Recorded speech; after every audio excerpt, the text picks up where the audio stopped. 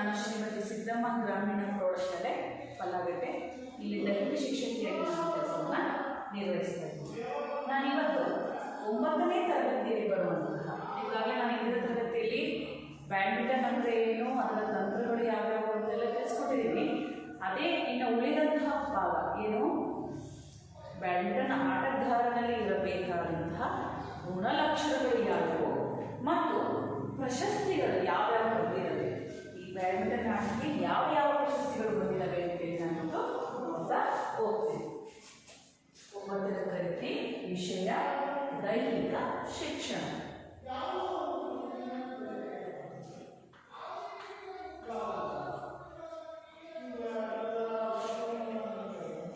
Badminton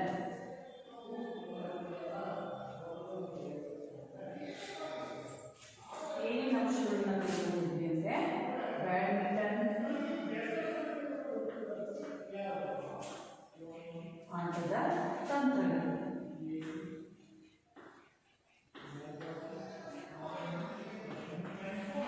badminton ಆಟದ ತಂತ್ರಗಳು ಯಾವ್ಯಾವು, ಬ್ಯಾಡ್ಮಿಂಟನ್ ಆಟದ ತಂತ್ರಗಳು ಯಾವ್ಯಾವು ಅಂತ ಹೇಳಿದ್ದೆ ನಾನು ಈಗಾಗಲೇ ಇದ್ರ ಬಗ್ಗೆ ಹೇಳ್ತೀನಿ. ಹಿಂದಿನ ತರಗತಿಯಲ್ಲಿ ಇದ್ರ ಬಗ್ಗೆ ಮಾಹಿತಿಯನ್ನು ಕೊಟ್ಟಿದ್ದೀನಿ. ಅದೇ ರೀತಿಯಾಗಿ ಇವತ್ತು ನಾನು ಉಳಿದಂತಹ ಭಾಗವನ್ನು ನಿಮಗೆ ತಿಳಿಸ್ಕೊಡ್ಬೇಕಂದ್ರೆ, ಈ ಬ್ಯಾಡ್ಮಿಂಟನ್ ಆಟದ ತಂತ್ರಗಳು ಯಾವ್ಯಾವ ಬ್ಯಾಡ್ಮಿಂಟನ್ ಆಟದ ತಂತ್ರಗಳು ಹೇಳ್ಬೇಕು. ಬ್ಯಾಡ್ಮಿಂಟನ್ ಆಟದ ತಂತ್ರಗಳು ಯಾವ್ಯಾವ ಅಂತಂದರೆ, ಒಂದು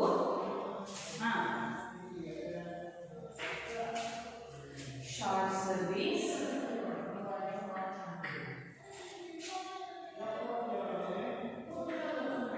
ಮತ್ತು ಲಾಂಗ್ ಸರ್ವಿಸ್. ಶಾರ್ಟ್ ಸರ್ವಿಸ್ ಮತ್ತು ಲಾಂಗ್ ಸರ್ವಿಸ್. ನೆಕ್ಸ್ಟ್ ಎರಡನೇದು ಹೈ ಸರ್ವಿಸ್ ಮತ್ತು ಫ್ಲೋಟಿಂಗ್. ಶಾರ್ಟ್ ಸರ್ವಿಸ್ ಅಂದರೆ ಏನು, ಈಗಾಗಲೇ ತಿಳಿಸ್ಕೊಟ್ಟಿದ್ದೀನಿ ಹಿಂದಿನ ತರಗತಿಯಲ್ಲಿ. ಶಾರ್ಟ್ ಸರ್ವಿಸ್ ಅಂದರೆ ಏನು, ಎದುರಾಳಿ ಆಟಗಾರನ ಅವನ ಅಂಕಣದ ಮುಂದೆ ಅಥವಾ ಮಧ್ಯಭಾಗದಲ್ಲಿ. ನಾನು ಅಂಕಣವನ್ನು ತಿಳಿಸ್ಕೊಡೋದಾದ್ರೆ,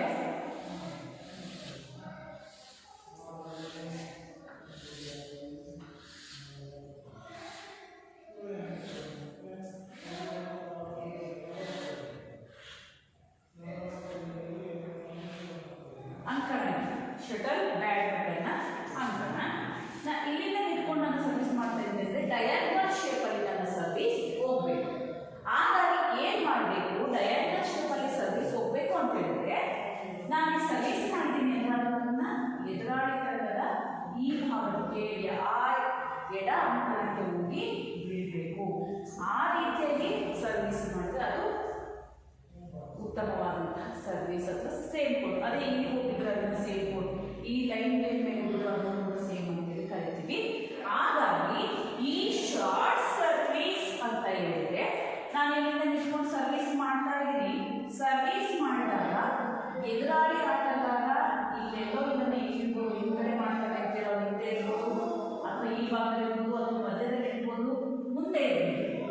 ಆಟಗಾರನ ಎಲ್ಲಿ ನಿಂತಿದ್ದಾನೆ ಅಂತ ನೋಡಿಕೊಂಡು ಅವನ ಮುಂದೆ ಅಥವಾ ಮಧ್ಯದ ಭಾಗದಲ್ಲಿ, ಅಂಕಣದ ಎದುರಾಳಿ ಆಟಗಾರನ ಅಂಕಣದ ಮುಂದೆ ಅಥವಾ ಮಧ್ಯ ಭಾಗದಲ್ಲಿ ನಾವು ಸರ್ವಿಸ್ ಮಾಡೋದನ್ನು ಏನಂತ ಕರಿತೀವಿ, ಶಾರ್ಟ್ ಸರ್ವಿಸ್ ಅಂತೇಳಿ ಕರಿತೀವಿ. ಈ ಶಾರ್ಟ್ ಸರ್ವಿಸನ್ನು ಅವನ ಆಟಗಾರ ಮುಂದಿದ್ದಾನೆ ಅಂತ ಅಲ್ಲೇ ಮಾಡೋದಲ್ಲ. ಶಾರ್ಟ್ ಸರ್ವಿಸ್ ಹೇಳಿದ್ರು ನಾವು ಶಾರ್ಟ್ ಸರ್ವಿಸ್ ಮಾಡ್ಬಿಡ್ತೀವಿ ಅಂತೇಳಿ ಆಟಗಾರ ಮುಂದಿದ್ದರೆ ಅಥವಾ ಮಧ್ಯೆ ಇದ್ದರೆ ಸರ್ವಿಸ್ ಮಾಡೋದಲ್ಲ. ಆಗ ನಾವು ಲಾಂಗ್ ಸರ್ವಿಸ್ ಮಾಡಬೇಕು ಅಥವಾ ಫ್ಲೋಟಿಂಗ್ ಸರ್ವಿಸನ್ನು ಮಾಡಬೇಕು, ಅಥವಾ ಎತ್ತರದ ಸರ್ವಿಸ್ ಐ ಸರ್ವಿಸನ್ನು ಮಾಡಬೇಕು. ಅವನು ಮುಂದೆ ಇದ್ದಾನೆ ಅಥವಾ ಮಧ್ಯೆ ಇದ್ದಾನೆ ಅಂದಾಗ ನಾನು ಏನು ಐ ಸರ್ವಿಸ್ ಅಥವಾ ಫ್ಲೋಟಿಂಗ್ ಸರ್ವಿಸ್ ಅಥವಾ ಲಾಂಗ್ ಸರ್ವಿಸ್ ಅನ್ನು ಮಾಡಬೇಕಾಗುತ್ತೆ. ಶಾರ್ಟ್ ಸರ್ವಿಸನ್ನು ಆ ಸಮಯದಲ್ಲಿ ಮಾಡಬಹುದು. ಏನು ಮಾಡಬೇಕು, ಈ ಶಾರ್ಟ್ ಸರ್ವಿಸನ್ನು ಆಟಗಾರ ಯಾವ ಸ್ಥಳದಲ್ಲಿ ಇದ್ದಾನೆ ಅಂತ ನೋಡಿಕೊಂಡು ನಾವು ಸರ್ವಿಸನ್ನು ಮಾಡಬೇಕಾಗುತ್ತದೆ. ಏನು, ಆಟಗಾರನ ಯಾವ ಸ್ಥಳದಲ್ಲಿ ಇದ್ದಾನೆ ಅಂತೇಳಿ ಶಾರ್ಟ್ ಸರ್ವಿಸ್ ಆದ್ರೂ ಆಯಿತು, ಲಾಂಗ್ ಸರ್ವಿಸ್ ಆದ್ರೂ ಆಯಿತು, ಅಥವಾ ಐಡ್ ಸರ್ವಿಸ್ ಅದು ಫ್ಲೋಟಿಂಗ್. ಫ್ಲೋಟಿಂಗ್ ಅಂದರೆ ನಾವು ಮಾಡುವಂತಹ ಸರ್ವಿಸ್ ಗಾಳಿಯಲ್ಲಿ ತೇಲುತ್ತಾ ತನ್ನ ದಿಕ್ಕನ್ನು ಬದಲಿಸುವುದಕ್ಕೆ ನಾವು ಏನಂತ ಕರಿತೀವಿ? ಫ್ಲೋಟಿಂಗ್ ಸರ್ವಿಸ್ ಅಂತೇಳಿ ಕರಿತೀವಿ. ಅದರಲ್ಲಿ ಶಾರ್ಟ್ ಸರ್ವಿಸ್ ಅಂದರೆ ಆ ಎದುರಾಳಿ ಅಂಕಗಳನ್ನ ಮುಂದೆ ಅಥವಾ ಮಧ್ಯಭಾಗಕ್ಕೆ ಮಾಡೋದನ್ನ ಶಾರ್ಟ್ ಸರ್ವಿಸ್ ಅಂತ ಕರಿತೀವಿ. ಅದೇ ಲಾಂಗ್ ಸರ್ವಿಸ್ ಅಂತ ಹೇಳಿದ್ರೆ ಎದುರಾಳಿ ನಾನು ಸರ್ವಿಸ್ ಮಾಡಿದ್ದೆ, ಇಲ್ಲಿಂದ ಸರ್ವಿಸ್ ಮಾಡಿದಾಗ ಹಿಂದೆ ಅಥವಾ ಕೊನೆಯ ಗೆರೆಯ ಹತ್ತಿರ ಮಾಡುವಂತಹ ಸರ್ವಿಸ್ ಅನ್ನ ಲಾಂಗ್ ಸರ್ವಿಸ್ ಅಂತೇಳಿ ಕರೀತೀವಿ. ಇನ್ನು ಅವನು ಹಿಂದಿನಲ್ಲಿ ಅಂತ ಹೇಳಿದಾಗ ಲಾಂಗ್ ಸರ್ವಿಸ್ ಮಾಡೋದಾಗ ಶಾರ್ಟ್ ಸರ್ವಿಸ್ ಅನ್ನು ಮಾಡಬೇಕು. ಹೀಗೆ ಆಟಗಾರರು ಯಾವ ಸ್ಥಳದಲ್ಲಿ ಇದ್ದಾನೆ ಅಂತೇಳಿ ನೋಡ್ಕೊಂಡ್ಬಿಟ್ಟು ನಾವು ಸರ್ವಿಸ್ ಅನ್ನ ಮಾಡಬೇಕಾಗುತ್ತೆ. ಎರಡನೇದು ಹೈ ಸರ್ವಿಸ್ ಮತ್ತು ಫ್ಲೋಟಿಂಗ್ ಸರ್ವಿಸ್.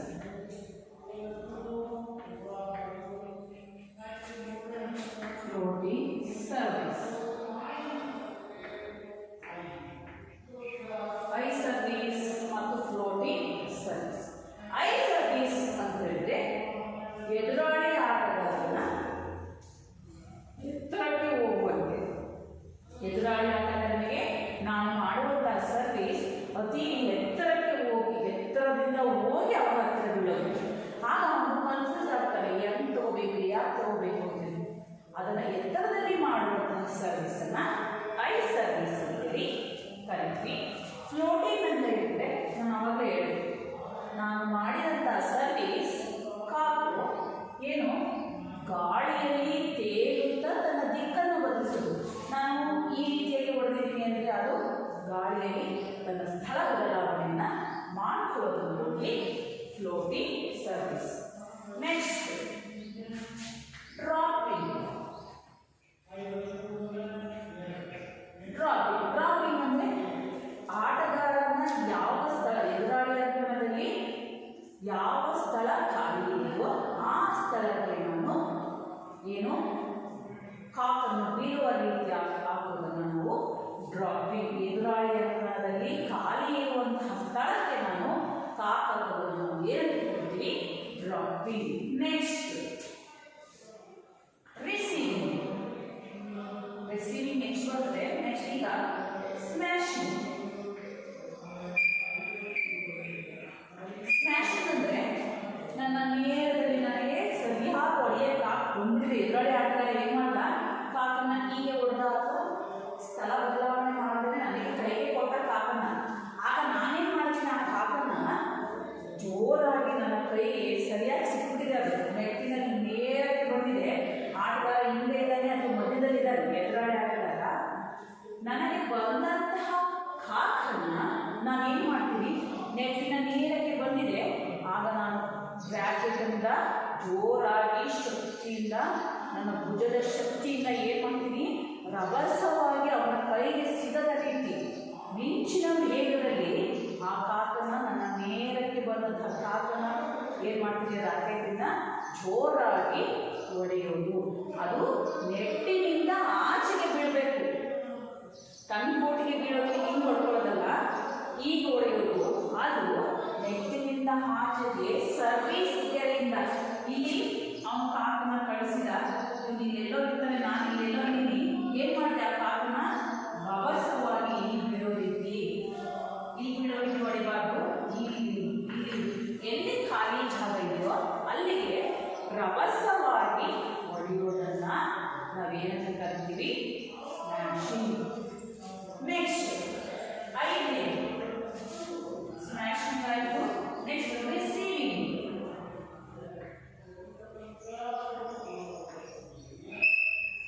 ರಿಸೀವಿಂಗ್ ಅಂದರೆ ಯಾವ ಎದುರಾಳಿ ಆಟಗಾರ ಏನು ಮಾಡ್ತಾನೆ, ನನಗೆ ಕಾಕನ್ನ ನನ್ನ ಎಡಬದಿಗೆ ಬರೋ ರೀತಿ ನನಗೆ ಬರೀ ಕಾಕುಗಳನ್ನ ಕಳಿಸ್ತಾ ಇದ್ದಾನೆ. ಆಗ ನಾನು ಏನು ಮಾಡ್ತೀನಿ, ನನ್ನ ಕೈಯಲ್ಲಿ ಬಲಗೈಯಲ್ಲಿ ಏನಿರುತ್ತೆ, ರಾಕೆಟ್ ಇರುತ್ತೆ. ಆಗ ಏನು ಮಾಡ್ತೀವಿ ನಾವು, ಈ ರೀತಿಯಾಗಿ ನನ್ನ ಬಲಗಡೆ ಹಸ್ತ ಮುಂದೆ ನೋಡುವ ರೀತಿಯಲ್ಲಿ ನಾನು ಬಲಗೈ ಆಟಗಾರರಿಗೆ ಪಟ್ಟಿನ ಕೈಯನ್ನು ತಿರುಗಿಸಿ ಈ ರೀತಿಯಾಗಿ ಹೊಡೆಯುವುದು.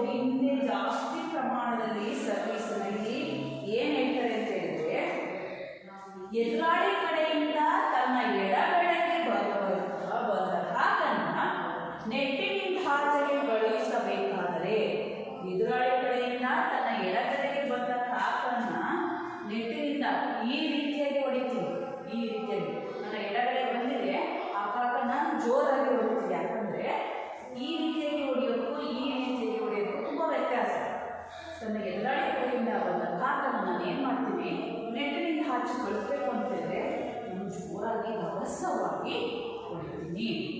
ಅದನ್ನ ಬ್ಯಾಕ್ ಹ್ಯಾಂಡ್ ಈ ಕೌಶಲ್ಯವನ್ನು ನಾವು ಬಳಸಲಾಗುತ್ತೆ.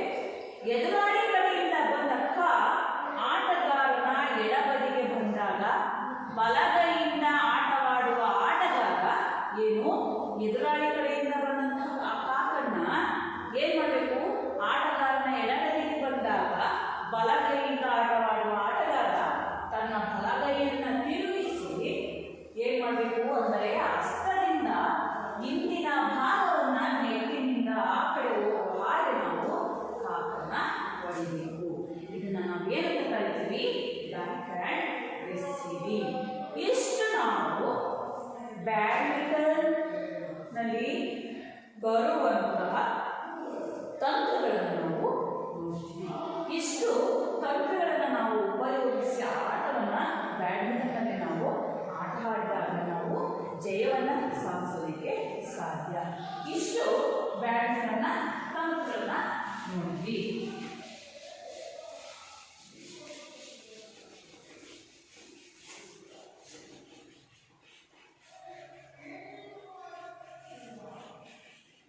ನೆಕ್ಸ್ಟ್ ತಂತ್ರಗಳು. ಬ್ಯಾಡ್ಮಿಂಟನ್ ಆಟನ ತಂತ್ರಗಳಾಯಿತು.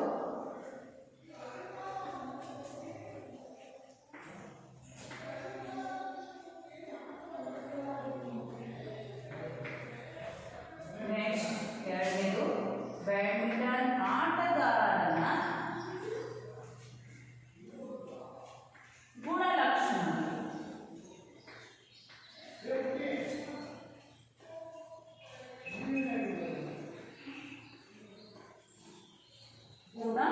ಲಕ್ಷಣ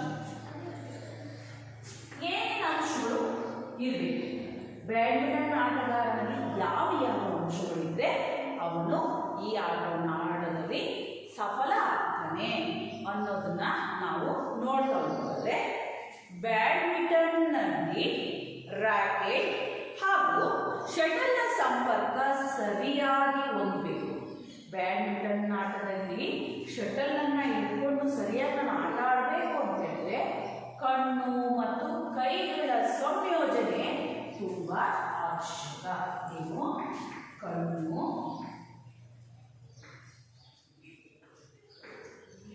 ಮತ್ತು ಕೈಗಳ ಸಂಯೋಜನೆ. ಕೈಗಳ ಸಂಯೋಜನೆ ತುಂಬ ಅವಶ್ಯಕ. ನಾನು ರ್ಯಾಕೆಟ್ ಅನ್ನು ಹಿಡ್ಕೊಂಡು ನಾನು ಯಾವ ಸ್ಥಳ ಕಳಿಸ್ಬೇಕು ಅಂತ ನನ್ನ ಕಣ್ಣು ನೋಡ್ತಾ ಇದ್ರೆ ಕೈ ಅಲ್ಲಿಗೆ ಹೊಡೆಯುತ್ತೆ. ಹಾಗಾಗಿ ಕಣ್ಣು ಮತ್ತು ಕೈಗಳ ಸಂಯೋಜನೆ ತುಂಬ ಅವಶ್ಯಕವಾಗಿ ಬೇಕು. ಯಾವುದಕ್ಕೆ? ಬ್ಯಾಡ್ಮಿಂಟನ್, ಶಟಲ್ ಬ್ಯಾಡ್ಮಿಂಟನ್ ಆಟ ಆಡೋದು. ನೆಕ್ಸ್ಟ್, ಕಾಲುಗಳಿಂದ ಪರಿಣಾಮಕಾರಿಯಾದ ಚಲನೆಗಳನ್ನು ನಿರ್ವಹಿಸಬೇಕಾಗಿರುವುದರಿಂದ ಕಾಲುಗಳ ಸ್ನಾಯುಗಳಲ್ಲಿ ಹೆಚ್ಚಿನ ಬಲ ಮತ್ತು ಸ್ಪಷ್ಟ ಸಹಿಷ್ಣುತೆ ಹೊಂದಿರಬೇಕು. ಕಾಲು ತುಂಬ ಇಂಪಾರ್ಟೆಂಟ್. ಏನು? ಇಷ್ಟು ಕೋರ್ಟಲ್ಲಿ ನಾವು ಆಟ ಆಡೋದಲ್ಲ. ಎಷ್ಟು 11 ಅಲ್ಲಿ 1 ಮೀಟರ್ 1.98 ತಗೊಂಡು ಕೂಡ ನಾವು ಒಂದು 10 ಇಲ್ಲ 9 ಮಿನಿಟಲ್ಲಿ ನಾನು ತುಂಬ ಸಮಯ ಈ ಆಟ ಆಡೋ ಮುಗಿಯೋವರೆಗೂ ಎಷ್ಟು 21 21ಗೆ 3 ಸೆಟ್ಟನ್ನು ಆಡಬೇಕು ಅಂತಿದ್ರೆ ಎಷ್ಟು ಸಲ ಆ ಕೋರ್ಟಲ್ಲಿ ಕಾಲುಗಳ ಚಲನೆ ಎಷ್ಟು ಫಾಸ್ಟಾಗಿ ನಾವು ಕಾಲುಗಳ ಚಲನೆಯನ್ನು ಮಾಡ್ತೀವೋ ಅಷ್ಟು ಫಾಸ್ಟಾಗಿ ನಾವು ಕಾಲನ್ನ ಸಂಪರ್ಕಿಸೋದಕ್ಕೆ ಸಾಧ್ಯ. ಕಾಲು ಹೋಗಿಲ್ಲ ಅಂದರೆ ನಾನು ಕಾಲನ್ನ ಸಂಪರ್ಕ ಮಾಡೋದಕ್ಕೆ ಸಾಧ್ಯ ಇಲ್ಲ.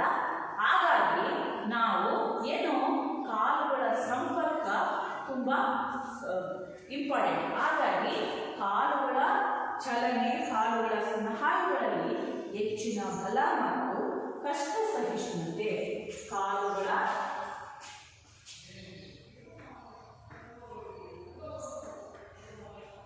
ಬಲ ಮತ್ತು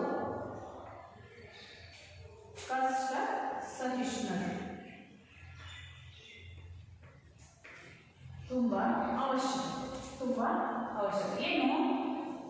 ಕಾಲುಗಳ ಬಲ ಮತ್ತು ಕಷ್ಟ ಸಹಿಷ್ಣುತೆ ತುಂಬ ಅವಶ್ಯಕ ಅಂತ ಹೇಳಿದ್ರೆ, ನಾನು ಹೋಗಿ ಆ ಕಾಲನ್ನು ಸಂಪರ್ಕ ಮಾಡಬೇಕು ಅಂತ ಹೇಳಿದ್ರೆ ನನ್ನ ಕಾಲಿನ ಚಲನೆ ತುಂಬ ಫಾಸ್ಟಾಗಿ ಇರಬೇಕು. ಹಾಗಾಗಿ ಏನು ಕಷ್ಟ ಸಹಿಷ್ಣುತೆ ತುಂಬಾ ಅವಶ್ಯಕ. ನೆಕ್ಸ್ಟ್, ಭುಜಗಳಲ್ಲಿ ಹೆಚ್ಚಿನ ಬಲ ಹೊಂದಿದಲ್ಲಿ ಶಟಲ್ ಅನ್ನ ಎದುರಾಳಿ ಅಂಗದ ಉದ್ದಕ್ಕೂ ಪರಿಣಾಮಕಾರಿ ಕಳುಹಿಸಲು ಹಾಗೂ ಸ್ಮ್ಯಾಶ್ ಮಾಡಲು ಸಹಕಾರಿ. ನನ್ನ ಭುಜದಲ್ಲಿ ಜಾಸ್ತಿ ಪ್ರಮಾಣದ ಶಕ್ತಿ ಬಲ ಇದ್ರೆ ಮಾತ್ರ ನಾನು ಎದುರಾಳಿ ಅಂಗಕ್ಕೆ ನಾನು ತುಂಬಾ ವೇಗವಾಗಿ ಜೊತೆಗೆ ಬಲವಾಗಿ ನಾನು ಕಾಕನ್ನ ಕಳಿಸೋದಕ್ಕೆ ಸಾಧ್ಯ. ಭುಜಗಳ ಬಲ, ಭುಜಗಳ ಬಲ ತುಂಬಾ ಜಾಸ್ತಿಯಾಗಿದ್ರೆ ಮಾತ್ರ ನಾನು ಎದುರಾಳಿ ಅಂಗಕ್ಕೆ ನಾನು ಕಾಕನ್ನ ಕಳುಹಿಸ್ತಾ ಇದ್ದೇನೆ ಅಂತ ಹೇಳಿದ್ರೆ ತುಂಬಾ ಜೋರಾಗಿ ಪರಿಣಾಮಕಾರಿಯಾಗಿ ನನ್ನ ಕಾಕನ್ನ ಹೊಡೆಯೋದಕ್ಕೆ ಸಾಧ್ಯ. ನೆಕ್ಸ್ಟ್, ಕನಿಷ್ಠ ಚಲನೆಯಿಂದ ಶಟಲ್ ಅನ್ನ ಪಡೆಯಲು ಹಾಗೂ ಹಿಂದಿರುಗಿಸಲು ಮೈಮಣಿತ ಅವಶ್ಯಕ. ಏನು?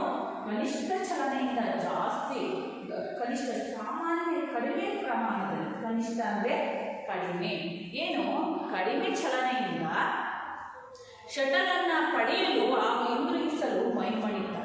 ಕಡಿಮೆ ಚಲನೆಯಿಂದಾಗಿ ಹಿಂಗ್ ಹೋಗಿ ಹಿಂಗ್ ಹೊಡಿಬೋದು, ಹಿಂಗ್ ಹೋಗಿ ಹಿಂಗ್ ಹೊಡಿಬೋದು, ಹಿಂಗ್ ಹೋಗಿ ಹಿಂದೆ 4 ದಿಕ್ಕಿಗೆ ಮಧ್ಯಕ್ಕೆ ಬಂದು ನೀವು ಅಬ್ಸರ್ವ್ ಮಾಡಿ. ತುಂಬಾ ಉತ್ತಮವಾದಂತಹ ಶಟಲ್ ಆಟಗಾರ ತನಗೆ ಯಾವ ದಿಕ್ಕಿಗೆ ಕಾಕ್ ಬರಲಿ ಆ ಕಾಕನ್ನ ಹಿಂದಿರುಗಿಸಿ ಮತ್ತೆ ಮಧ್ಯ ಪ್ಲೇಸ್ಗೆ ಇಲ್ಲಿಗೆ ಬಂದಿರ್ತಾನೆ. ನಾವೆಲ್ಲ ಟ್ರೈನಿಂಗಲ್ಲಿ ಏನು ಮಾಡ್ತಾ ಇದ್ರು, ಕಾಕನ್ನ ಹೊಡಿಬೇಕು, ಇಲ್ಲಿ ಬಂದು ಕಾಕನ್ನ ಹೊಡಿಬೇಕು, ಮತ್ತೆ ಇಲ್ಲಿ ಬಂದು ಕಾಕನ್ನ ಹೊಡಿಬೇಕು, ಇಲ್ಲಿ ಬಂದು ಹೊಡೆದು ಮತ್ತೆ ಹೋಗ್ಬೇಕು. ಯಾವ ಸಮಯದಲ್ಲಿ ಕಾಕ್ ಎಲ್ಲಿ ಬರುತ್ತೆ ಅಂತ ಗೊತ್ತಿಲ್ಲ. ಮಧ್ಯದಲ್ಲಿ ಇಟ್ಬಿಟ್ರೆ ನಾನು ಇಲ್ಲಿಗಾದ್ರೂ ಹೋಗ್ಬೋದು, ಇಲ್ಲಿಗಾದ್ರೂ ಹೋಗ್ಬೋದು, ಇಲ್ಲಿಗಾದ್ರೂ ಹೋಗ್ಬೋದು, ಇಲ್ಲಾದ್ರೂ ಇಲ್ಲಿ ಇಲ್ಲಿ ಯಾವ ದಿಕ್ಕಿಗಾದ್ರೂ ಹೋಗ್ಬೋದು, ತನ್ನ ಮಧ್ಯ ಪ್ಲೇಸ್ ಹೋಗ್ಬಿಡುತ್ತೆ. ಅದೇ ಇಲ್ಲಿ ಬಂದು ನಿಂತಾಗ ಇಲ್ಲಿ ಹೋಗ್ಬೇಕು ಅಂತ ಅಲ್ಲೇ ಕಾಕ್ ಎಲ್ಲ ಕಂಡಿರುತ್ತೆ. ಹಾಗಾಗಿ ಕಾಕನ್ನ ರಿಸೀವ್ ಮಾಡಿಕೊಂಡು ಕಳಿಸಿದ ನಂತರ ಮತ್ತೆ ನಾನು ಮೊದಲನೇ ಸ್ಥಾನಕ್ಕೆ ಹೋಗಿ ನಿಲ್ಲಬೇಕು. ಆಗ ಕನಿಷ್ಠ ಚಲನೆ, ಕಡಿಮೆ ಸಮಯ ಕಡಿಮೆ ಚಲನೆ ಅವಶ್ಯಕವಾಗಿ ಬೇಕಾಗಿರುತ್ತದೆ. ಕನಿಷ್ಠ ಚಲನೆಯಿಂದ ಏನು ಶಟಲ್ ಅನ್ನ ಪಡೆಯಲು ಮತ್ತು ಹಿಂದಿರುಗಿಸಲು ಮೈಮಣಿತ ತುಂಬಾ ಅವಶ್ಯಕ.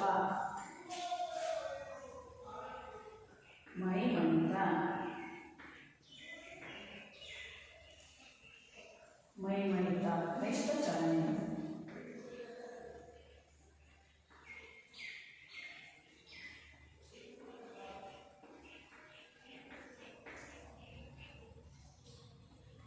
ಈ ರೀತಿಯಾಗಿ ಮೈಮಣಿತವನ್ನ ನಾವು ಕನಿಷ್ಠ ಚಲನೆಯನ್ನು ನಾವು ಪಡ್ಬೋದು. ನೆಕ್ಸ್ಟ್, ಶಟಲ್ ಅನ್ನ ಎದುರಾಳಿಯ ಅಂಕಣದೊಳಗಿನ ಖಾಲಿ ಜಾಗಕ್ಕೆ ಅಂಕ ಗಳಿಸಲು ನಿಖರತೆ. ನಾನೀಗ ಯಾವ ಸ್ಥಳಕ್ಕೆ ನಾನು ಹಾಕ್ತಾ ಇದ್ದೀನೋ, ಎಲ್ಲಿ ಖಾಲಿ ಜಾಗ ಇದೆಯೋ ನಾನು ಅಲ್ಲಿಗೆ ಅದೇ ಸ್ಥಳಕ್ಕೆ ನಾನು ಹಾಕ್ತೀನಿ ಅನ್ನುವಂಥ ನಿಖರತೆ ನನ್ನಲ್ಲಿ ಫಸ್ಟು ಮೂಡಬೇಕು. ಯಾವುದು? ನಿಖರತೆ ಇರಬೇಕು. ಏಕೆ? ಏನ್ ನಿಖರತೆ? ನನಗೆ ಕಾಕ್ ಬಂತು, ಕಾಕನ್ನ ವ್ಯಾಲ್ಯೂ ಹಾಕ್ತಾ ಇದ್ದೀವಿ. ನಾನು ಒಂದು ಕಾಕನ್ನು ಒಂದು ಸಲನೂ ಕಾಕನ್ನ ಮಿಸ್ ಮಾಡದೆ ಕೆಳಗೆ ಕಳಿಸ್ತೇನೆ. ಕಾಕ್ನಿಂದ ನಾನು ಹೊಡಿತಾ ಇದ್ದೀನಿ.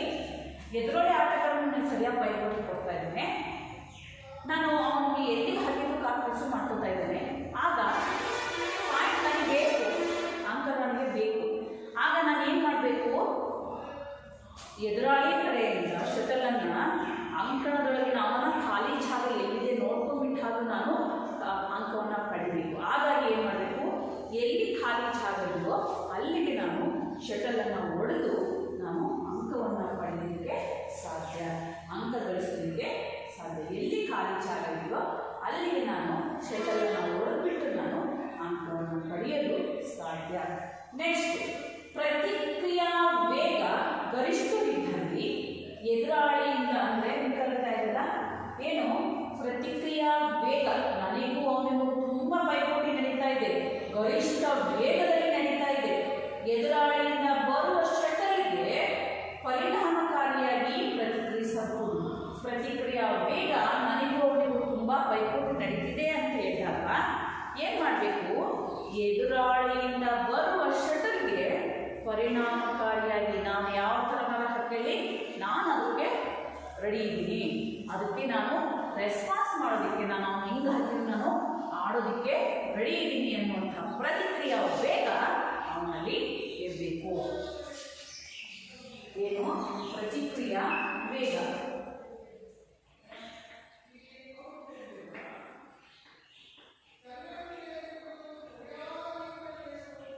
ಪ್ರತಿಕ್ರಿಯಾ ವೇಗ ಅವನಲ್ಲಿ ಇರಬೇಕು.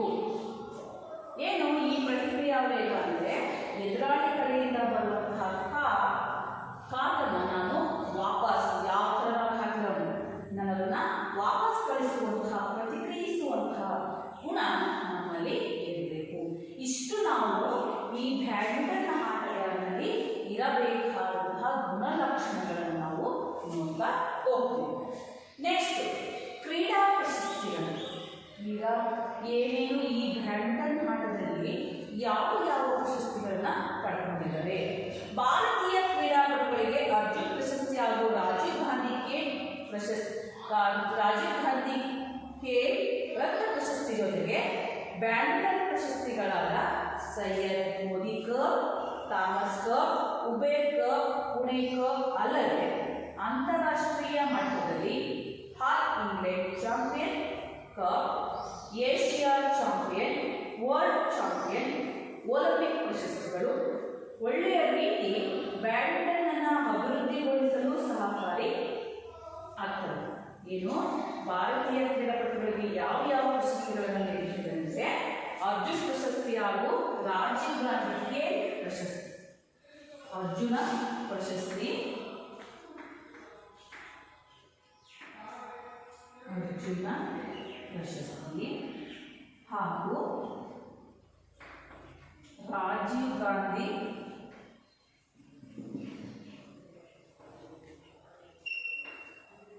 ಖೇಲ್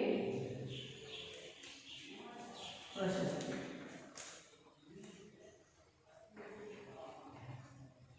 ಭಾರತೀಯ ಕ್ರೀಡಾಪಟುಗಳಿಗೆ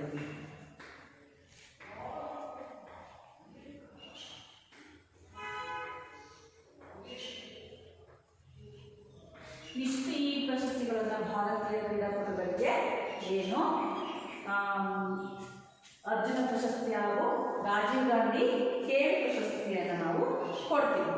ಅದೇ ರೀತಿಯಾಗಿ ಬ್ಯಾಡ್ಮಿಂಟನ್ ಪ್ರಶಸ್ತಿಗಳಾದ Syed Modi cup, Thomas cup ಜೊತೆಗೆ ಉಬೇರ್ ಕಪ್, ಪುಣೆ ಕಪ್ ಅಲ್ಲದೆ ಅಂತಾರಾಷ್ಟ್ರೀಯ ಮಟ್ಟದಲ್ಲಿ All England champion cup, Asia champion, world champion, Olympic ಪ್ರಶಸ್ತಿಗಳು ಒಳ್ಳೆಯ ರೀತಿ ಬ್ಯಾಡ್ಮಿಂಟನ್ ಅಭಿವೃದ್ಧಿಗೊಳಿಸಲು ಸಹಕಾರವನ್ನು ಆಗ್ತದೆ. ಅದಕ್ಕಾಗಿ All India Federation of Badminton ಸಂಸ್ಥೆ ತುಂಬ ಸಹಕಾರವನ್ನು ನೀಡಿದೆ. ಕಾಮನ್ವೆಲ್ತ್ ಕ್ರೀಡೆಗಳಲ್ಲಿ ಭಾರತದ ತಂಡ ಪ್ರಶಸ್ತಿಯನ್ನು ಗಳಿಸಿರುತ್ತದೆ. ಒಲಿಂಪಿಕ್ ಪಂದ್ಯಗಳಲ್ಲಿಯೂ ಕೂಡ ಅದು ಭಾಗಿಯಾಗಿದೆ. ಭಾರತದ ಉನ್ನತ ಕ್ರೀಡಾ ಪ್ರಶಸ್ತಿಯಾದ ಅರ್ಜುನ್ ಪ್ರಶಸ್ತಿ ಪ್ರಕಾಶ್ ಪಡುಕೋಣೆ ಅವರಿಗೆ ಕೃಷ್ಣ ಶಕ 1900 ಕೃಷ್ಣ ಶಕ ಯಾರಿಗೆ? ಪ್ರಕಾಶ್ ಪಡುಕೋಣೆ.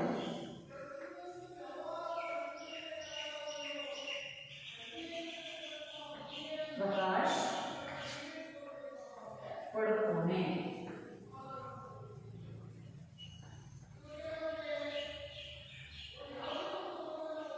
ಯಾವ ಪ್ರಶಸ್ತಿ? ಅರ್ಜುನ ಪ್ರಶಸ್ತಿ.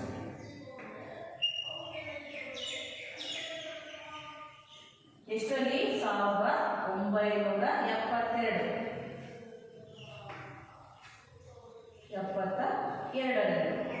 ಅರ್ಜುನ ಪ್ರಶಸ್ತಿ ಮೊದಲ ಬಾರಿಗೆ ಪ್ರಕಾಶ್ ಪಡುಕೋಣೆಯವರಿಗೆ ಸಿಕ್ತು. ಯಾವುದು? ಅರ್ಜುನ ಪ್ರಶಸ್ತಿ. ನೆಕ್ಸ್ಟ್ ಜಾರ್ಜ್ ಥಾಮಸ್ ಕೃಷ್ಣ ಶಕ 1980 ಅರ್ಪಣಾ ಪೋಪಟ್ ಕೃಷ್ಣ ಶಕ 1999 ಅರ್ಜುನ್ ಪ್ರಶಸ್ತಿಯನ್ನು ಪಡ್ಕೊಂಡ್ರು. ಪ್ರಕಾಶ್ ಪಡುಕೋಣೆ ಆದಮೇಲೆ ಜಾರ್ಜ್ ಥಾಮಸ್ ಅವರು, ನೆಕ್ಸ್ಟ್ ಅಪರ್ಣಾ ಪೋಪಟ್. ಜಾರ್ಜ್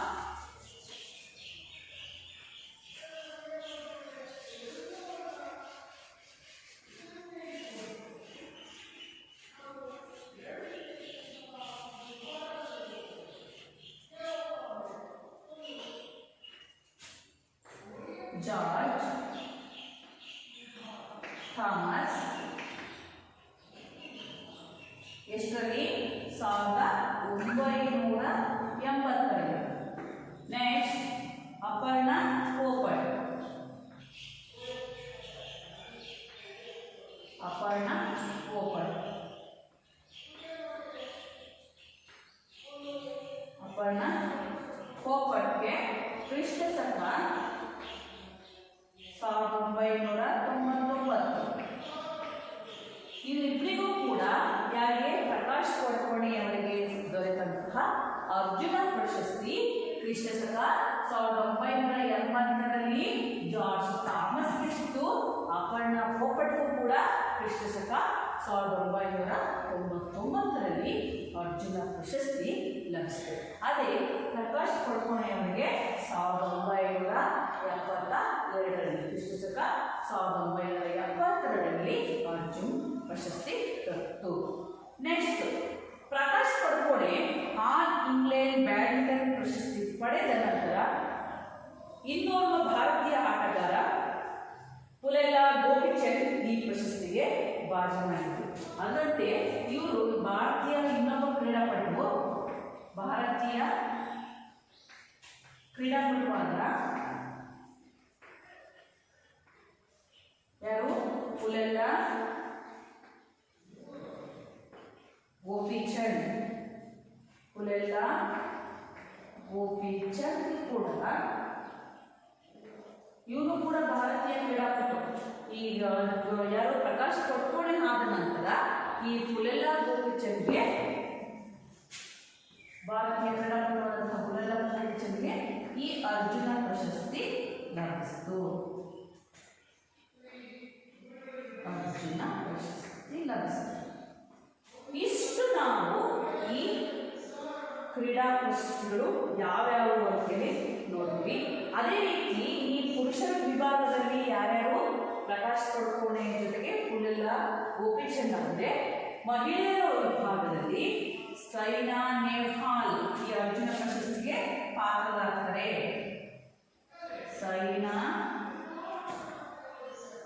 ಎಲ್ಲರೂ ಕೇಳಿದ್ರಿ, ನೋಡಿದ್ರಿ. ಈಗಿನ ಟಿವಿಗಳಲ್ಲಿ ಯಾವಾಗೆಲ್ಲ ಒಲಿಂಪಿಕಲ್ಲೆಲ್ಲ ಎಲ್ಲರೂ ಪ್ರಶಸ್ತಿಯನ್ನು ಪಡ್ಕೊಂಡು ಸೈನಾ ನೆಹ್ವಾಲ್ ಇವಳು ಕೂಡ ಈ ಅರ್ಜುನ ಪ್ರಶಸ್ತಿಯನ್ನು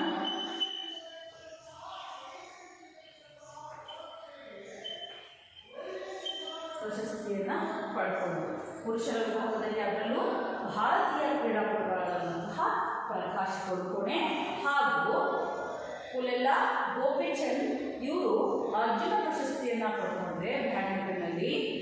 ಮಹಿಳೆಯರ ವಿಭಾಗದಲ್ಲಿ ಸೈನಾ ನೆಹ್ವಾಲ್ ಇವಳು ಕೂಡ ಈ ಅರ್ಜುನ ಪ್ರಶಸ್ತಿಯನ್ನು ಪಡ್ಕೊಂಡು.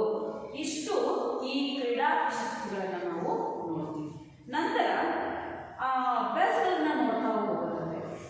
ಇಷ್ಟು ಕೂಡ ನಿಮಗೆ ಅರ್ಥ ಆಗಿದೆ ಅಂತ ಅನ್ಕೊಂಡಿದ್ದೀನಿ. ಏನೇನು ಯಾವ್ಯಾವು ಈ ಬ್ಯಾಡ್ಮಿಂಟನ್ ಆಟದ ತಂತ್ರಗಳನ್ನು ನೀವು ತಿಳ್ಕೊಂಡಿದ್ದೀರಿ. ಯಾವ್ಯಾವು ಶಾರ್ಟ್ ಸರ್ವೀಸ್ ಮತ್ತು ಲಾಂಗ್ ಸರ್ವೀಸನ್ನು ತಿಳ್ಕೊಂಡ್ರಿ. ಶಾರ್ಟ್ ಸರ್ವೀಸ್ ಅಂದರೆ ಏನು, ಲಾಂಗ್ ಸರ್ವೀಸ್ ಅಂದರೆ ಏನು ಅಂತೇಳಿ ನಿಮಗೆ ಹಿಂದಿನ ತರಗತಿಯನ್ನು ತಿಳಿಸ್ಕೊಟ್ಟಿದ್ದೆ. ಮತ್ತೆ ಒಂದು ಬಾರಿ ನಾನು ಈ ತರಗತಿಯಲ್ಲಿಯೂ ಕೂಡ ಶಾರ್ಟ್ ಆಗಿ ತಿಳಿಸ್ಕೊಟ್ಟಿದ್ದೀನಿ. ನಂತರ ಹೈ ಸರ್ವೀಸ್ ಮತ್ತು ಫ್ಲೋಟಿಂಗ್ ಸರ್ವೀಸ್ ಅಂದರೆ ಏನು ಅಂತ ಹೇಳ್ತೀನಿ. ನೆಕ್ಸ್ಟು ಡ್ರಾಪಿಂಗ್ ಅಂದರೆ ಏನು. ಡ್ರಾಪಿಂಗ್ ಅಂದರೆ ಎದುರಾಳಿ ಅಂಕಣದ ಖಾಲಿ ಇರುವಂತಹ ಜಾಗಕ್ಕೆ ನಾನು ಕಾಕವನ್ನು ಡ್ರಾಪಿಂಗ್ ಅಂತೇಳಿ ಕರೀತಾರೆ. ನೆಕ್ಸ್ಟು ಸ್ಮ್ಯಾಶಿಂಗ್ ಅಂದರೆ ಏನು. ನನ್ನ ತಲೆಯ ನೇರದಲ್ಲಿ ಬಂದಂತಹ ಕಾಕನ್ನು ನಾನು ಶಕ್ತಿಯುತವಾಗಿ ಎದುರಾಳಿ ಅಂಕಣಕ್ಕೆ ಎದುರಾಳಿ ಆಟಗಾರ ರಿಸೀವ್ ಮಾಡಿಕೊಳ್ಳೋಕ್ಕೆ ಸಾಧ್ಯವಾಗದೇ ಇರುವ ರೀತಿ ನಾನು ಕಾಕ್ ಹಾಕೋದನ್ನು ಏನಂತ ಕರಿತೀವಿ, ಸ್ಮ್ಯಾಶಿಂಗ್ ಅಂತೇಳಿ ಕರಿತೀವಿ. ನಂತರ ಮತ್ತೆ ಏನಿದೆ ರಿಸೀವಿಂಗ್ ಅಂತ ಹೇಳಿದ್ರೆ ಎದುರಾಳಿ ಕಡೆಯಿಂದ ಬಂದಂತಹ ಕಾಕನ್ನು ಯಾವ ತರಹದ್ದು ನನಗೆ ಕಾಕ್ ಹಾಕಲಿ, ಸ್ಮ್ಯಾಶ್ ಹೊಡೀಲಿ ಅಥವಾ ಹಿಂದೆ ಹಾಕಲಿ, ಮುಂದೆ ಹಾಕಲಿ, ಹೈ ಹಾಕಲಿ, ಫ್ಲೋಟಿಂಗ್ ಹಾಕಲಿ, ಅದನ್ನು ನಾನು ರಿಸೀವ್ ಮಾಡಿ ಎದುರಾಳಿ ಕಡೆಗೆ ಕಳಿಸುವಂಥದ್ದನ್ನು ನಾವು ರಿಸೀವಿಂಗ್ ಅಂತ ಕರಿತೀವಿ. Next back hand receive. Back hand receive ಅಂತ ಹೇಳಿದ್ರೆ ಹಿಂದಕ್ಕೆ ನನ್ನ ಆ ಎದುರಾಳಿ ಆಟಗಾರ ಏನು ಮಾಡ್ತಾನೆ, ನಾನು ಅವನ ಎದುರಾಳಿ ಇಬ್ಬರು ನನಗೂ ಅವನಿಗೂ ಮ್ಯಾಚ್ ನಡೀತಾ ಇದೆ, ಇಬ್ಬರು ಕೂಡ ಪೈಪೋಟಿ ಟೀಮ್ಗಳು ನಡೀತಾ ಇದ್ವಿ.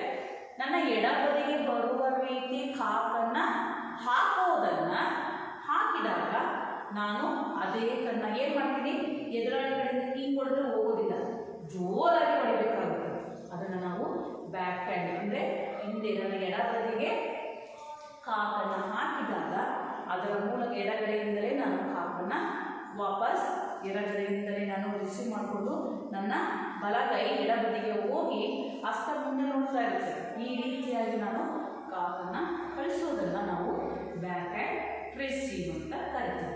ನೆಕ್ಸ್ಟ್, ಬ್ಯಾಡ್ಮಿಂಟನ್ ಆಟಗಾರನಲ್ಲಿ ಇರಬೇಕಾದಂತಹ ಗುಣಲಕ್ಷಣಗಳನ್ನು ನಾವು ನೋಡಿದ್ವಿ.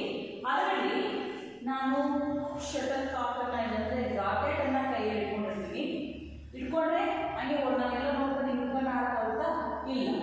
ಹೀಗೆ ಕಣ್ಣು ಕೂಡ ನನ್ನ ಕೈಗಳ ಜೊತೆ ಕೆಲಸವನ್ನು ಮಾಡುತ್ತೆ. ನನ್ನ ಕಣ್ಣ ಕಾಕನ್ನು ನೋಡಿದ್ರೆ ನನ್ನ ಕೈಯಲ್ಲಿ ಹೋಗುತ್ತೆ.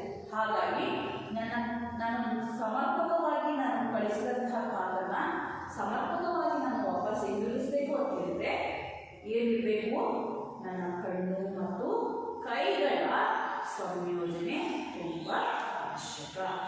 ನೆಕ್ಸ್ಟ್, ಕಾಲುಗಳ ಬಲ ಮತ್ತು ಸ್ಪಷ್ಟ ಸಹಿಷ್ಣುತೆ. ಇದರಲ್ಲಿ ಕೈ ಮತ್ತು ಕಣ್ಣುಗಳು ಎರಡೇ ನಿಂತ್ಕೊಂಡಿಗೆ ಬಂದವಷ್ಟ ಹೊಡೆಯೋದಲ್ಲ, ಹಿಂದೆ ಕಳಿಸ್ತಾರೆ, ಮುಂದೆ ಕಳಿಸ್ತಾರೆ, ಗ್ಯಾಪ್ ಹಾಕ್ತಾರೆ, ಸ್ಮ್ಯಾಶ್ ಹೊಡಿತಾರೆ. ನಾನು ಅಲ್ಲಿಗೆ ಹೋಗಿ ಬಿಸಿ ಮಾಡ್ಕೋಬೇಕು ಅಂದರೆ ನನ್ನ ಕಾಲುಗಳ ಬಲ ಮತ್ತು ಕಷ್ಟ ಸಹಿಷ್ಣುತೆ. ಕಾಲುಗಳ ಬಲ ಅವು ಶಕ್ತಿಯುತವಾಗಿರಬೇಕು. ಓಡಾಡಿ ಸುಸ್ತಾಯಿತು ಅಂತೇಳಿ ಸುಮ್ಮನೆ ಕೂರೋದಲ್ಲ, ಅವುಗಳ ಕಷ್ಟ ಸಹಿಷ್ಣುತೆ ಬಲ ತುಂಬ ಅವಶ್ಯಕ. ಕಾಲುಗಳ ಸ್ನಾಯುಗಳ ಬಲ ಮತ್ತು ಕಷ್ಟ ಸಹಿಷ್ಣುತೆ ತುಂಬ ಅವಶ್ಯಕ. ನೆಕ್ಸ್ಟ್, ಭುಜಗಳ ಬಲ. ಭುಜಗಳ ಆಗಲಿ ನೀವು ಒಂದ್ಸಲ 2-3 ಸಲ ಆಡ್ತೀವಿ.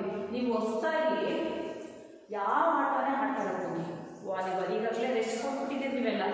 ಈಗ ಶಾಲೆಗೆ ಬರ್ತೀರಿ, ನಾನು ವಾಲಿಬಾಲ್ ಆಡಿಸ್ತೀನಿ, ಶಟಲ್ ಆಡಿಸ್ತೀನಿ, ಥ್ರೋಬಾಲ್ ಆಡಿಸ್ತೀನಿ. 1-2 ದಿವಸ ಶೋಲ್ಡ್ರೆಲ್ಲ ನೋಡ್ಬಿಡ್ತೀವಿ, ಭುಜಗಳೆಲ್ಲ ನೋಡ್ಬಿಡ್ತೀವಿ. ಯಾಕೆ ಅಂತಂದರೆ ರೆಸ್ಟ್ ಕೊಟ್ಟು ಆಗ್ತಾನೆ ಪ್ರಾರಂಭ ಅಂದಮೇಲೆ ಕಂಟಿನ್ಯೂ ಆದರೆ ಏನು ಅನ್ಸಲ್ಲ, ರೆಸ್ಟಲ್ಲಿ ಇರ್ತಾವೆ ಈ ಭುಜಗಳು. ಈಗ ನಾನೇ ಈಗ ಆಟ ಆಡೋದಿಲ್ಲ, ನೀವು ಬಂದಾಗ ಆಟ ಆಡ್ಕೊಳ್ಳೋದಂದ್ರೆ ಕೈ ಎತ್ತಕ್ಕೆ ಬರಲ್ಲ, ಇಡೋಲ್ಲ. ಹಾಗಾಗಿ ಈ ಭುಜಗಳ ಬಲ, ಆ ಭುಜಗಳಲ್ಲಿ ಬಲ ಇದೆ ಇಲ್ಲ ಅಂತಲ್ಲ, ಅದನ್ನು ಬಳಸ್ಕೋಬೇಕು. ನಾನು ಎದುರಾಳಿ ಕಡೆಯಿಂದ ಬಂದಂಥ ಕಾಕನ್ನು ನಾನು ರಭಸವಾಗಿ ಹೊಡೆದೆ ಅಂತಂದರೆ, ಹೊಡಿಬೇಕು ಅಂತಂದರೆ ನಾನು ಕಳಿಸ್ಬೇಕು, ವಾಪಸ್ ಕಳಿಸ್ಬೇಕು ಅಂದರೆ ಭುಜಗಳ ಬಲ ತುಂಬ ಅವಶ್ಯಕ. ನೆಕ್ಸ್ಟ್, ಮೈಮಣಿತ ಕನಿಷ್ಠ ಚಲನೆ. ನಾನು ಕಡಿಮೆ ಪ್ರಮಾಣದಲ್ಲಿ ನಾನು ಓಡಾಡ್ತಾ ಇದ್ದೀನಿ ಅಂತ ಹೇಳಿದ್ರೆ, ಓಡಾಡ್ಕೊಂಡು ನಾನು ಆಟ ಆಡ್ತಾ ಇದ್ದೀನಿ ಅಂತ ಹೇಳಿದ್ರೆ, ಒಂದು ಕಡೆಯಿಂದ ನಾನು ಮಧ್ಯದಲ್ಲಿ ನಿಂತ್ಕೊಂಡು ನಾನು ಕಡಿಮೆ ಚಲನೆಯಿಂದಲೇ ನಾನು ಕಾಕನ್ನು ರಿಸೀವ್ ಮಾಡ್ಕೊತಾ ಇದ್ದೀನಿ ಅಂತ ಹೇಳಿದ್ರೆ ಏನು, ನನ್ನ ಮೈಮಣಿತ ತುಂಬ ಅವಶ್ಯಕ. ನಿಖರತೆ. ನನಗೆ ಎಂಥ ಕಾಕು ನನಗೆ ಎಲ್ಲಿ ಯಾವ ಪ್ಲೇಸ್ ಹಾಕಿದ್ರು ನಾನು ಕಳಿಸ್ತೀನಿ ಅನ್ನುವಂಥ ನಿಖರವಾದಂಥ ಗುಣ ನಮ್ಮಲ್ಲಿ ಇರಬೇಕು. ನಿಖರತೆ ಇರಬೇಕು. ನಾನು ಯಾವ ಸ್ಥಳಕ್ಕೆ ಕಾಕನ್ನು ಹಾಕಲಿ ನಾನು ಅಲ್ಲಿಗೆ ಕಳಿಸ್ತೀನಿ ಅನ್ನುವಂಥ ನಿಖರತಾ ಗುಣಗಳು ನಮ್ಮಲ್ಲಿ ಬೆಳೆಯಬೇಕು. ಪ್ರತಿಕ್ರಿಯಾ ವೇಗ. ಅವನು ನನಗೆ ಯಾವ ಮಟ್ಟದಲ್ಲಾದರೂ ನನಗೆ ಕಾಕನ್ನು ಕಳಿಸ್ಲಿ, ನಾನು ವಾಪಸ್ ಕಳಿಸ್ತೀನಿ. ಪ್ರತಿಕ್ರಿಯಿಸುವಂತಹ ಗುಣಗಳು ನಮ್ಮಲ್ಲಿ ಇರಬೇಕು. ಆ ಥರ ಇದ್ದರೆ ಮಾತ್ರ ಈ ಬ್ಯಾಡ್ಮಿಂಟನ್ನಲ್ಲಿ ನಾವು ಸಫಲತೆಯನ್ನು ಕಾಣೋದ್ರಲ್ಲಿ ಯಾವುದೇ ರೀತಿಯಾದಂತಹ ಸಂದೇಹ ಇಲ್ಲ. ನೆಕ್ಸ್ಟ್, ಪ್ರಶಸ್ತಿಗಳನ್ನ, ಕ್ರೀಡಾ ಪ್ರಶಸ್ತಿಗಳನ್ನು ನಾವು ನೋಡ್ತಾ ಹೋಗೋದಾದ್ರೆ ಅದರಲ್ಲಿ ಪ್ರಕಾಶ್ ಕೊಡ್ಕೋಣಿಯವರಿಗೆ ಕ್ರಿಸ್ತಕ 1972ರಲ್ಲಿ ಯಾವ ಪ್ರಶಸ್ತಿ ಲಭಿಸಿತು? ಅರ್ಜುನ ಪ್ರಶಸ್ತಿ. ಅದೇ ರೀತಿಯಾಗಿ ಯಾರಿಗೆ George Thomas ಕ್ರಿಸ್ತಕ 1980ರಲ್ಲಿ. Next, Aparna Popat. ನೋಡಿ ಕಾಣಿಸುತ್ತೆ, ಅಪರ್ಣಾ ಪೋಪಟ್ಗೆ ಕ್ರಿಸ್ತಕ 1999ರಲ್ಲಿ ಇವ್ರಿಗೂ ಕೂಡ ಅರ್ಜುನ ಪ್ರಶಸ್ತಿ ಲಭಿಸಿತು. ಅದೇ ರೀತಿಯಾಗಿ ಭಾರತೀಯ ಕ್ರೀಡಾಪಟು ಇನ್ನೊಬ್ಬ ಕ್ರೀಡಾಪಟುವಾದಂತಹ ಯಾರು? ಕೋಲೆಲ್ಲ ಗೋಪಿಚಂದ್ ಇವನು ಕೂಡ ಅರ್ಜುನ ಪ್ರಶಸ್ತಿ ದೊರೆತು. ಅದೇ ರೀತಿಯಾಗಿ ಮಹಿಳೆಯರ ವಿಭಾಗದಲ್ಲಿ ಸೈನಾ ನೆಹ್ವಾಲ್. ಈ ಸೈನಾ ನೆಹ್ವಾಲ್ಗೂ ಕೂಡ ಯಾವುದು ಅರ್ಜುನ ಪ್ರಶಸ್ತಿ ದೊರೆತು. ಇಷ್ಟು ನಾವು ಕ್ರೀಡಾ ಪ್ರಶಸ್ತಿಗಳನ್ನು, ನೆಕ್ಸ್ಟು ಆಟಗಾರರಲ್ಲಿ ಇರಬೇಕಾದಂತಹ ಗುಣಲಕ್ಷಣಗಳನ್ನು, ನೆಕ್ಸ್ಟು ಬ್ಯಾಡ್ಮಿಂಟನ್ ಆಟದ ತಂತ್ರಗಳನ್ನು ನಾವು ಈ 9ನೇ ತರಗತಿಯಲ್ಲಿ ತಿಳ್ಕೊಂಡ್ವಿ. ಅದರ ಅಭ್ಯಾಸದ ಬಗ್ಗೆ ನಾವು ಸ್ವಲ್ಪ ಗಮನ ಹರಿಸೋದಾದ್ರೆ ಅಭ್ಯಾಸಗಳ ತೆಗೆದು ಅದರಲ್ಲಿ ಫಸ್ಟ್ ಮೇನ್ ಬಿಟ್ಟ ಸ್ಥಳಗಳನ್ನು ಸೂಕ್ತ ಉತ್ತರಗಳಿಂದ ತುಂಬಿರಿ. ಬಿಟ್ಟ ಸ್ಥಳಗಳನ್ನು ಸೂಕ್ತ ಉತ್ತರಗಳಿಂದ ತುಂಬಿರಿ. ಬ್ಯಾಡ್ಮಿಂಟನ್ ಆಟದಲ್ಲಿ ಏನು ರ್ಯಾಕೆಟ್, ಕಾಕನ್ನು ಬಳಸ್ತಾರೆ, ಹಾಗೂ ರ್ಯಾಕೆಟ್ ಅನ್ನು ಕೂಡ ಬಳಸ್ತಾರೆ. ನೆಕ್ಸ್ಟ್ ಬ್ಯಾಡ್ಮಿಂಟನ್ ರ್ಯಾಕೆಟ್ ಹಾಗೂ ಶಟಲ್ ಸಂಪರ್ಕ ಸರಿಯಾಗಿ ಹೊಂದಲು ಏನಿರಬೇಕು? ಕಣ್ಣುಗಳ ಸಂಯೋಜನೆ. ನಾನು ಅವಾಗ ಹೇಳಿದೆ ಆಟಗಾರನಲ್ಲಿ ಇರಬೇಕಾದಂತಹ ಗುಣಲಕ್ಷಣಗಳಲ್ಲಿ ತಿಳಿಸ್ಕೊಟ್ಟೆ. ಏನು? ಕಣ್ಣು ಮತ್ತು ಕೈಗಳ ರ್ಯಾಕೆಟನ್ನು ಹಿಡಿದು ನಾನು ಸರಿಯಾಗಿ ಸಮರ್ಪಕವಾಗಿ ಆಟ ಆಡಬೇಕು ಅಂತ ಹೇಳಿದ್ರೆ ಕಣ್ಣು ಮತ್ತು ಕೈಗಳ ಸಂಯೋಜನೆ ತುಂಬ ಅವಶ್ಯಕ. ಶಟಲ್ ಕಾಕನ್ನು ಶಕ್ತಿಯುತವಾಗಿ ಹೊಡೆದು ಅಂಕ ಪಡೆಯುವ ಕೌಶಲ್ಯಕ್ಕೆ ನಾವೇನಂತ ಹೇಳ್ತೀವಿ? ಸ್ಮ್ಯಾಶಿಂಗ್. ಬರ್ಕೊಳ್ಳಿ. ಶಟಲ್ ಕಾಕನ್ನು ಶಕ್ತಿಯುತವಾಗಿ ಹೊಡೆದು ಅಂಕ ಪಡೆಯುವಂತಹ ಕೌಶಲ್ಯಕ್ಕೆ ಸ್ಮ್ಯಾಶಿಂಗ್ ಅಂತೇಳಿ ನಾವು ಕರಿತೀವಿ. ನೆಕ್ಸ್ಟ್ 4ನೇದು, ಕಾಕನ್ನು ಎದುರಾಳಿಯ ಅಂಕಣದ ಹಿಂದಕ್ಕೆ,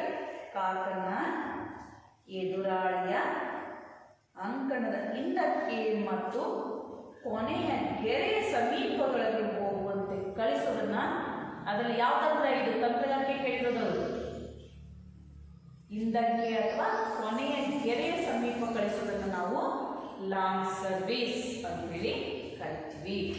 ನೆಕ್ಸ್ಟ್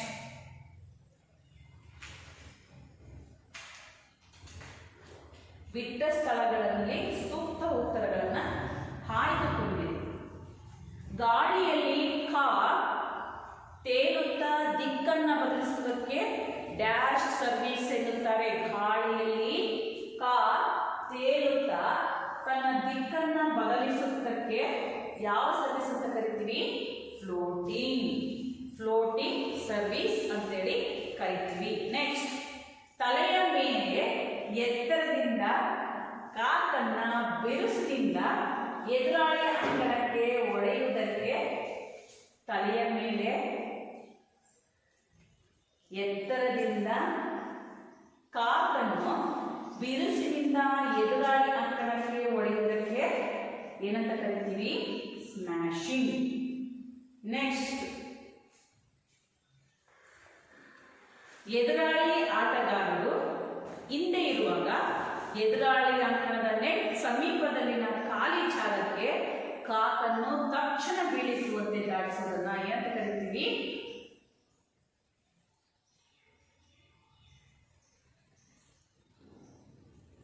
ಡ್ರಾಪಿಂಗ್.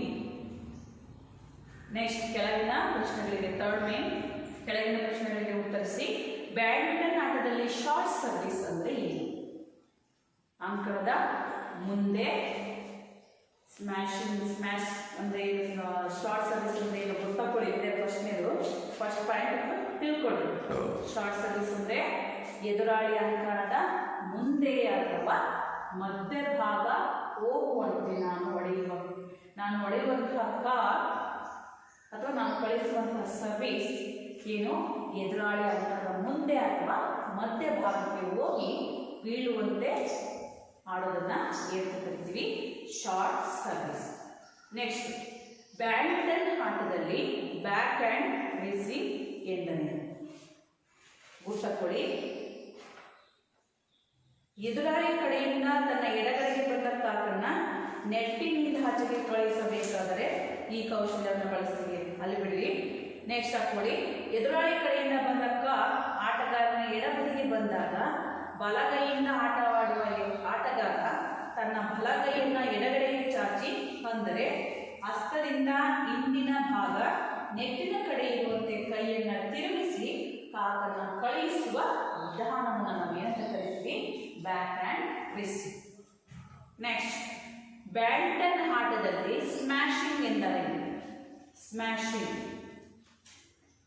ತಲೆಯ ಮೇಲೆ ಎತ್ತರದಿಂದ ತನ್ನ ಬಲಭಾಗಕ್ಕೆ, ತಲೆಯ ಭಾಗದಿಂದ ಎತ್ತರಕ್ಕೆ ಬಂದಂತಹ ಕಾಕನ್ನ ನಾನು ರಭಸವಾಗಿ ಯಾವ ಅವನ ಎದುರಾಳಿ ಆಟಗಾರ ಅಂತ ರಿಸೀವ್ ಮಾಡ್ಕೊಳಕ್ಕೆ ಹಾಕಬಾರ್ದು. ಆ ರೀತಿಯಾಗಿ ಅಂಕಣದ ಒಳಗಡೆ ಬೆಳಿಬೇಕದು ಕಾಕು, ಹೊರಗಡೆ ಅಲ್ಲ. ಅಂಕಣದ ನನ್ನ ತಲೆಯ ನೇರಕ್ಕೆ ಬಂದಂತಹ ಅಥವಾ ತಲೆಯ ಮೇಲಿನಿಂದ ಬಂದಂತಹ ಕಾಕನ್ನ ಏನು ಎತ್ತರದಿಂದ ಬಂದಂತಹ ಕಾಕನ್ನ ನಾನು ರಭಸವಾಗಿ ಹಿಂದಿರುಗಿಸೋದು, ಅದನ್ನು ನಾವೇನಂತ ಕರಿತೀವಿ? ಸ್ಮ್ಯಾಶಿಂಗ್ ಅಂತೇಳಿ ಕರಿತೀವಿ. Next,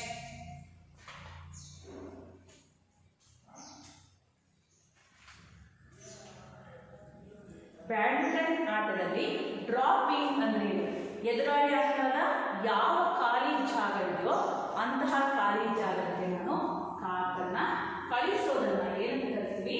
dropping. ಎದುರಾಳಿ ಆಟಗಾರರಲ್ಲಿ ಯಾವ ಸ್ಥಳ ಖಾಲಿ ಇದೆಯೋ ಅಂತಹ ಸ್ಥಳಕ್ಕೆ ನಾನು ಕಾಕನ್ನ ಹಾಕೋದನ್ನ ಏನಂತ ಕರಿತೀವಿ? ಡ್ರಾಪಿಂಗ್ ಅಂತೇಳಿ ಕರಿತೀವಿ. ನೆಕ್ಸ್ಟ್, ಬ್ಯಾಡ್ಮಿಂಟನ್ ಆಟಗಾರನ ಗುಣಲಕ್ಷಣಗಳನ್ನ ಬರೆಯಿರಿ. ಬ್ಯಾಡ್ಮಿಂಟನ್ ಆಟಗಾರನ ಗುಣಲಕ್ಷಣಗಳನ್ನ ಬರೆಯಿರಿ. ಎರಡು ಗುಣಲಕ್ಷಣಗಳು ಯಾವ್ಯಾವು? ಕಣ್ಣು ಮತ್ತು ಕಣ್ಣುಗಳ ಸಂಯೋಜನೆ ತುಂಬಾ ಅವಶ್ಯಕ. ಕಣ್ಣುಗಳ ಕೈಗಳ ಸಂಯೋಜನೆ ಅವಶ್ಯಕ. ಕಾಲುಗಳ ಬಲ ಮತ್ತು ಕಷ್ಟ ಸಹಿಷ್ಣುತೆ, ಕಾಲುಗಳ ಬಲ ಮತ್ತು ಕಷ್ಟ ಸಹಿಷ್ಣುತೆ, ಭುಜಗಳ ಬಲ, ಮೈಮಣಿತ. ನೆಕ್ಸ್ಟು ನಿಖರತೆ, ಪ್ರತಿಕ್ರಿಯಿಸುವಂತಹ ವೇಗ. ಇಷ್ಟು ಕೂಡ ಏನೇನು ಕಣ್ಣು ಮತ್ತು ಕೈಗಳ ಕಾಕನ್ನ ಅಥವಾ ಶಟಲ್ ಅನ್ನು ರ್ಯಾಕೆಟ್ ಅನ್ನ ಕೈಯಲ್ಲಿ ಹಿಡಿದು ನಾನು ಹೊಡಿಬೇಕು ಅಂತ ಹೇಳಿದ್ರೆ ಹೇಗಿರಬೇಕು? ಕಣ್ಣು ಮತ್ತು ಕೈಗಳ ಸಂಯೋಜನೆ ಇಂಪಾರ್ಟೆಂಟು. ಕಾಲುಗಳ ಬಲ ಮತ್ತು ಕಷ್ಟ ಸಹಿಷ್ಣುತೆ, ಕಣ್ಣು ಕೈಗಳ ಸಂಯೋಜನೆ ಇದ್ದ ಅಷ್ಟೇ ಸಾಲದು. ನಾನು ಕಾಕನ್ನ ಹಿಂದೆ ಹಾಕಿದ್ರೆ ಹಿಂದೆ ಹೋಗ್ಬೇಕು ಅಂದ್ರೆ, ಮುಂದೆ ಹಾಕಿದ್ರೆ ಮುಂದೆ ಬರಬೇಕು ಅಂದ್ರೆ, ಅಕ್ಕಪಕ್ಕ ಓಡಾಡಬೇಕು ಅಂದ್ರೆ ಕಾಲುಗಳ ಬಲ ತುಂಬಾ ಅವಶ್ಯಕ. ಜೊತೆಗೆ ಅವುಗಳ ಕಷ್ಟ ಸಹಿಷ್ಣುತೆಯು ಕೂಡ ಅವಶ್ಯಕವಾಗಿ ಬೇಕು. ಭುಜಗಳ ಬಲ, ಭುಜಗಳ ಬಲ ಅಂದ್ರೆ ನಾನು ಶಕ್ತಿಯುತವಾಗಿ ನಾನು ವಾಪಸ್ ಅದನ್ನ ಕಾಕನ್ನು ವಾಪಸ್ ಕಳಿಸ್ಬೇಕು ಎದುರಾಳಿ ಹಾಕಿದ್ರೆ ಭುಜಗಳಲ್ಲಿ ಬಲ ತುಂಬ ಅವಶ್ಯಕವಾಗಿ ಬೇಕು. ಅದು ಸುಮ್ಮನೆ ಹಿಂಗೆ ಟಚ್ ಮಾಡಿದ್ರೆ ಹೋಗಲ್ಲ, ಸ್ವಲ್ಪ ಶಕ್ತಿಯಿಂದ ಅದನ್ನ ಹೊಡಿಬೇಕು. ನೆಕ್ಸ್ಟ್, ಮೈಮಣಿತ, ಕನಿಷ್ಠ ವೇಗ, ಕಡಿಮೆ ವೇಗದಲ್ಲಿಯೂ ಕೂಡ ನಾವು ಮೈಮಣಿತ ತುಂಬ ಇಂಪಾರ್ಟೆಂಟ್. ನಿಖರತೆ, ನಾನು ಯಾವುದೇ ಕಾಕನ್ನು ಹಾಕಿದ್ರೂ ಕೂಡ ನಾನು ಅದನ್ನು ಕಳಿಸ್ತಾ ಇದ್ದೀನಿ ಅಂತ ಹೇಳಿದ್ರೆ ನಾನು ಕಳಿಸುವಂತಹ ಕಾಕ್ ಯಾವ ಜಾಗಕ್ಕೆ ಹಾಕಬೇಕು ಅಂದ್ಕೊಂಡಿದ್ದೀನೋ ಅಲ್ಲಿಗೆ ಹೋಗುತ್ತೆ ಅನ್ನುವಂತಹ ನಿಖರತೆ ನನ್ನಲ್ಲಿ ಫಸ್ಟು ಇರಬೇಕು. ನಂತರ ಪ್ರತಿಕ್ರಿಯಿಸುವಂತಹ ವೇಗ, ಎದುರಾಳಿ ಕಡೆಯಿಂದ ಯಾವ ಮಟ್ಟಕ್ಕೆ ಹಿಂದೆ ಹಾಕಲಿ ಮುಂದೆ ಹಾಕಲಿ ಅಕ್ಕಪಕ್ಕಕ್ಕೆ ಆಗಲಿ ನಾನು ಅದನ್ನು ವಾಪಸ್ ಕಳಿಸ್ತೀನಿ ಅನ್ನುವಂತಹ ಗುಣ ಮೊದಲು ನಮ್ಮಲ್ಲಿ ಬೆಳಿಬೇಕು. ಇಂತಹ ಗುಣಗಳನ್ನು ನಾವು ಪ್ರತಿಕ್ರಿಯಾ ವೇಗ ಅಂತೇಳಿ ನಾವು ಕರಿತೀವಿ. ಇಷ್ಟು ನಾವು ಬ್ಯಾಡ್ಮಿಂಟನ್ ಆಟಗಾರನಲ್ಲಿ ಇರಬೇಕಾದಂತಹ ಗುಣಲಕ್ಷಣಗಳನ್ನ ನೋಡಿದ್ವಿ. ನಂತರ ಪ್ರಶಸ್ತಿಗಳು ಯಾರ್ಯಾರಿಗೆ ಬಂತು? ಅರ್ಜುನ ಪ್ರಶಸ್ತಿ ಪ್ರಕಾಶ್ ಪಡುಕೋಣೆ, ಪುಲೆಲ ಗೋಪಿಚೆ ಹಾಗೂ ಸೈನಾ ನೆಹ್ವಾಲ್. ಇಷ್ಟು 3 ಜನರಿಗೆ ಭಾರತೀಯ ಕ್ರೀಡಾಪಟುಗಳಾದಂತಹ ಪ್ರಕಾಶ್ ಪಡುಕೋಣೆ ಆಗಿರ್ಬೋದು, ಸೈನಾ ನೆಹ್ವಾಲ್ ಆಗಿರ್ಬೋದು ಹಾಗೂ ಪುಲೆಲ ಗೋಪಿಚಂದ್, ಈ 3 ಜನಕ್ಕೆ ಅರ್ಜುನ ಪ್ರಶಸ್ತಿ ಲಭಿಸಿರೋದನ್ನು ಕೂಡ ನಾವು ನೋಡ್ತೀವಿ. ಇದನ್ನ ಮನೆಯಲ್ಲಿ ಕೂತು ನೋಟ್ಸ್ಗಳನ್ನ ಬರೀಬೇಕು ಹಾಗೂ ಅಭ್ಯಾಸಗಳನ್ನ ನೀವು ಅಧ್ಯಯನ ಮಾಡಿ ಅದರ ಪೂರ್ಣ ವಿವರವನ್ನು ನೀವು ತಿಳ್ಕೊಬೇಕು. ಧನ್ಯವಾದಗಳು.